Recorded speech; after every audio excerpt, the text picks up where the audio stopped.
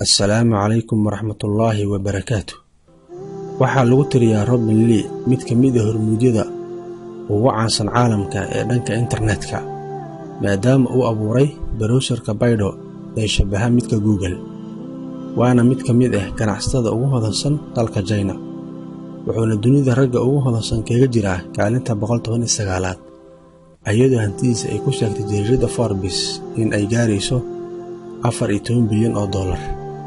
Dhankalena Robin Lee waa nin siyaasad dalkiisa ku jira, isla markaana ah xubin firfircoon. Wuxuu sanadkii 2004 ahaa madaxa fulinta ee shirkadiisa Baidu. Dhankalena waa saynisyahan xubin ka ah ururka saynisyahanada qaaradda Aasiya. Wuxuuna dhashay Robin Lee sanadkii 1968, asigoo ku dhashay deegaanka Yagasawa. Halkaas ayuu carruurnimadiisii ku soo barbaaray, waxbarashadiisa bilowgeedana ku soo qaatay. Aabii wuxuu ahaa shaqaale ka howlgala mid ka mid ah warshadaha deegaankaasi ku yaala. Markii uu ka qalin jabiyay dugsiga sare, wuxuu ku biiray jaamacadda Beijing, asigoo bartay isla markaana ka qaatay shahaadada baashka cilmiga maareynta xogaha. Wuxuuna ku beegnaa sanadkii uu ka qalin jabinayay jaamacadda 1991. Kadibna wuxuu u safray dalka Mareykanka si uu u dhammaystirto aqoontiisa dhanka tiknoolajiyadda, asigoo ka mid noqday ardayda wax ka barata jaamacadda Buffalo ee ku taala wilaayada New York.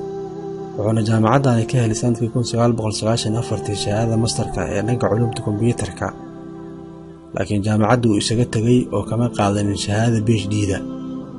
wuxuu Robin Lee sanadkii 1994 shaqaale ka noqday shirkadda IDD ee ka shaqaysa adeega xogaha, asigoo suurageliyay isla markaana hormariyay in joornaalka caanka ee Wall Street wax ku daabaco barta internetka.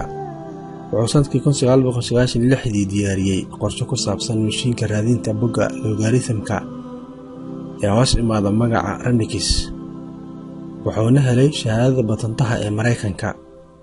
shirkadda Google waxay ku dhiirigelisay tiro badan oo Renix ah, wuxuuna Robin Lee hormariyay mashiinka raadinta ee Baidu oo ku salaysan logarithmkani.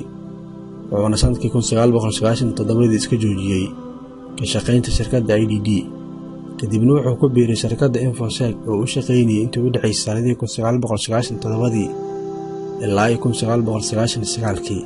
sanadkii 2000 wuxuu aasaasay Baidu oo weheliyay Eric Schau, wuxuuna noqday madaxa shirkadda Baidu Agosto sanadkii 2004. hal sano kadibna shirkadda waxay gashay isweydaarsiga saamiyada ee Nasdaq, halkaas oo qiimaha saamiga Baidu kor u kacay.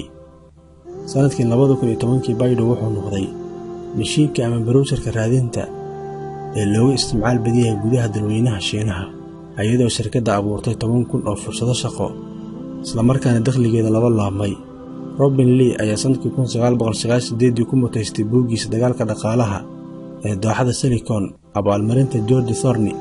sidoo kale guddiga dhalinyarada Aasiya ayaa sanadkii 2005 oo ka helay abaalmarinta ganacsada ugu fiican Shiinaha. dhankan wuxuu sanadkii 2006 majalada Weekly ee Mareykanka ka helay abaalmarinta hogaamiye dhaqaale ee ugu wanaagsan caalamka.